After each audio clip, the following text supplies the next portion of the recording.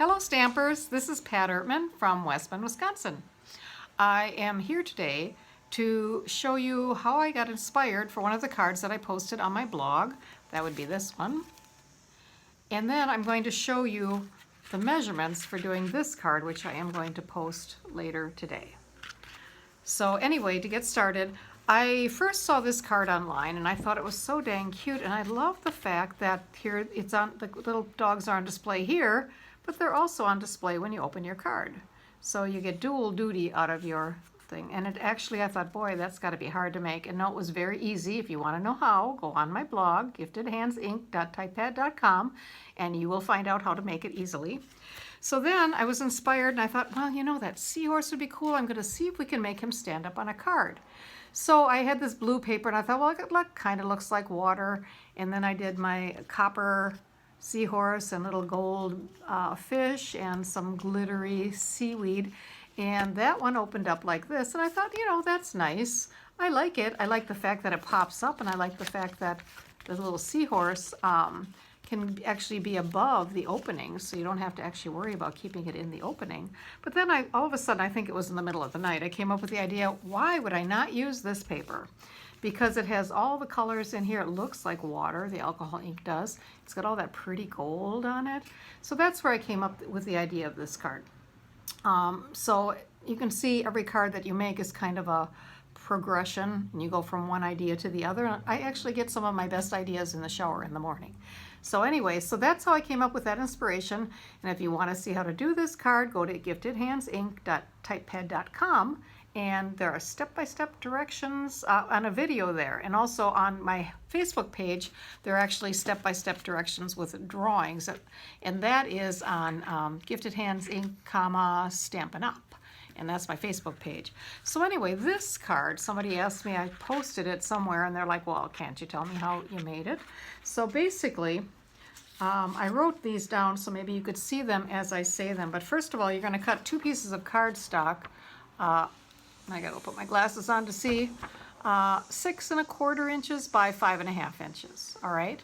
And then the 6 1/4 is actually the up and down. So on this up and down, you're going to score at 1/2 and then at 1 inch. So that's how you get on both sides, 1/2 and then 1 inch.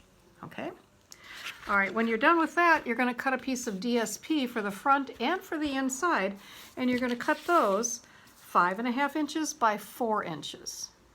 In addition, you probably are going to want to cut, if you want this pretty layer in there, you're going to cut another piece of coordinating cardstock, the same thing. That would be 5 1/4 by 4 inches. Okay, so to do this card, then mainly you're going to adhere your DSP to the front, and you're going to adhere their DSP to the inside, and then you're going to cut out your opening. Then you're going to take your other piece of cardstock and you're going to cut out a smaller version of the same one. All right, then basically you just decorate it, and then you're going to fold on your score lines, and then you're going to glue just this section and this section together. Now this card, I thought, boy, that's not going to fit into an envelope. You got 6 1/4 long, and you got it 5 1/2 wide. But what you do is you tuck these in like that, and then they fit really nicely into an envelope. Actually, I think that's 5 1/4. I'm sorry, I had it the wrong way. It's 5 1/4. This is actually 5 1/4 this way. It's 6 1/2 this direction. All right, so on that 6 1/2 inch side is when you do it. So you can see this fits very nicely into a regular envelope. But I didn't want to have, my post office does not like it when we have thick cards like this, and they charge me a lot of extra money.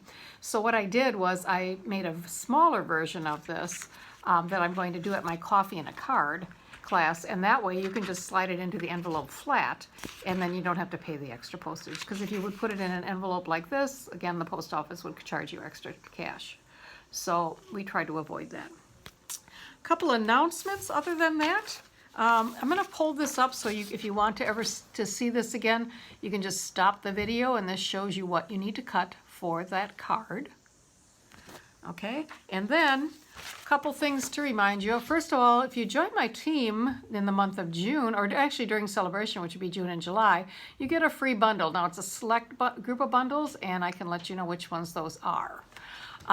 Second, if you order a host up using the hostess code, and I think it's J2BYUZGM, you receive some great card ideas from me in the mail. And then 3, there's going to be a select group of Designer Series paper on sale in July, 15% off. And my next coffee and a card is July 4th at 5 p.m. or July 15th at 1 p.m. And we make 3 or 4 cards. Now I got enough people to make 4 cards. If I get over 6 people signed up for the class, I make 4 cards, and I always make sure there's some cool technique. So we are actually going to make this card so that they can actually see and make the card with me, but it's going to be decorated differently, and it's going to be a smaller vision, so it fits perfectly in an envelope. But every month we do some kind of unusual fold or something so that you go home with a great new idea. So anyway, I hope you join me. And by the way, if you're not in town and you want to do coffee and a card, I can mail them to you, and I'll do a video just like this, and you can stamp along with me. So anyway, I hope you enjoyed the video. Thank you very much, and hope to see you soon. Bye.